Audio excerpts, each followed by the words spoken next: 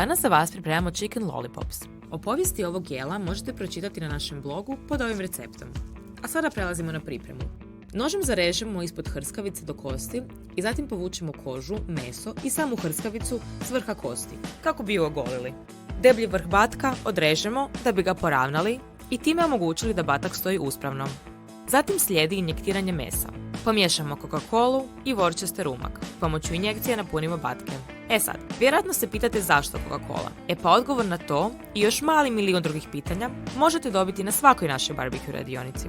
Nakon injektiranja, na red nam dolazi naš wings dry rub u pozamašnim količinama. Napoleon kettle roštilj pripremimo uz dodatak drva jabuke.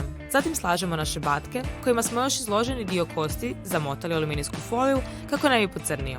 Kada su nam lollipopsi pečeni, umačamo ih u sweet and smoky barbecue umak i vraćamo još malo na roštilj da se umak zapeče.